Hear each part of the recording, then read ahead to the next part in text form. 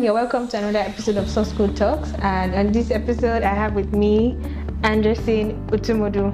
Thank you for having me at Saucecode Talks. I can call you Andy, right? Yeah, sure. So tell us about yourself and what you do at Patricia.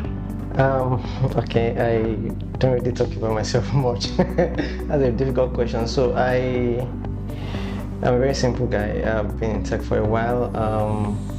My work around Patricia is centered around three things majorly: managing projects, optimizing engineering process flows, and then helping make sure I help the head of engineering, CTO, and CEO achieve the organization's technology goals. So why backend development?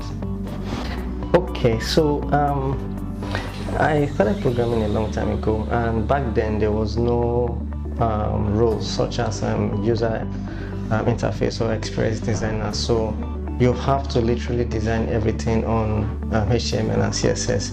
I realized that there was too much back and forth as to the color of buttons, the way the page looks, and it was a problem for me. But you can't argue with things from the back end, like you have just written a piece of code to save a user in database. Did it save? Yes. Can you see? Yes, you can see. So backend seemed to be very straightforward, while front end has a lot of back and forth with it.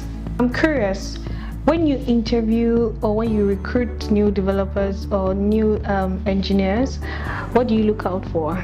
It depends. So if you are working with an organization that is a big spender, you know what to look for. At least you know where to go to get the engineers from other companies, obviously. But if you are managing resources, then you have to put in the extra efforts. Most times, assessments don't really do the job, so you have to speak to these guys. One thing I look out for is passion. When an engineer or a prospective engineer has a passion to solve problems, it doesn't matter if they know it or not, they will try their possible best. They will go to the ends of the earth to make sure the work is done. And then for more senior guys, I look for continuous improvement. So what have you done in the past? What are you doing personally? How many languages have you tried to experiment with? Not somebody that's comfortable with just one language and they're okay there. So I really want to know, okay, have you tried to solve this problem in multiple languages, and what did you observe? Have you experienced any major challenge so far in your journey as an engineer? And if you have, how do you solve them? So in technology, software development, every day is a challenge. It's a new challenge for you. But you constantly have headaches when you're working in an environment. Depends on the environment anyways.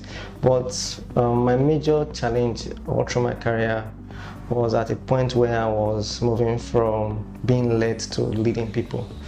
It was a difficult time for me because I found it very difficult to delegate tasks. But one of my bosses actually helped me there. He was telling me that you're going to die one day if you have to do everything. Yeah, you're going to die one day. And my reason for not delegating tasks at that point in time was really, really simple.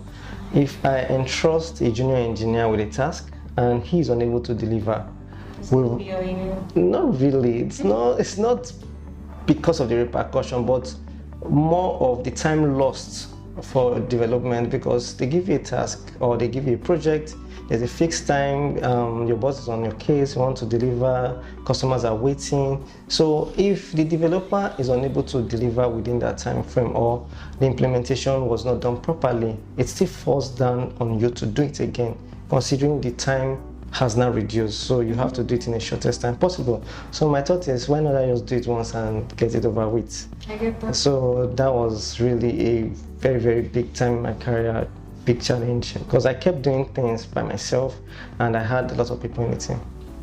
So what has your biggest lesson been so far as an engineer? Okay, so in technology, you have to understand something. You don't know everything. You can think that you're the boss and then have a young guy you just employed teach you something new. So that's the most exciting part of software development. You can have 10 years of experience in development, but how to actually integrate and implement new things, it can be a challenge sometimes. So what would be your advice to people aspiring to join the tech space or aspiring engineers? I'm sure there are a lot of people that don't know how to go about it or they don't know where to start from. So what would be your advice to them? Don't do it.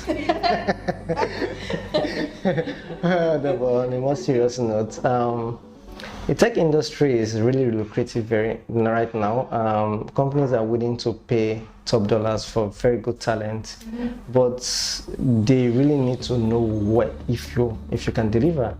And as a result of that, if you really want to get into the software engineering space, you need to learn.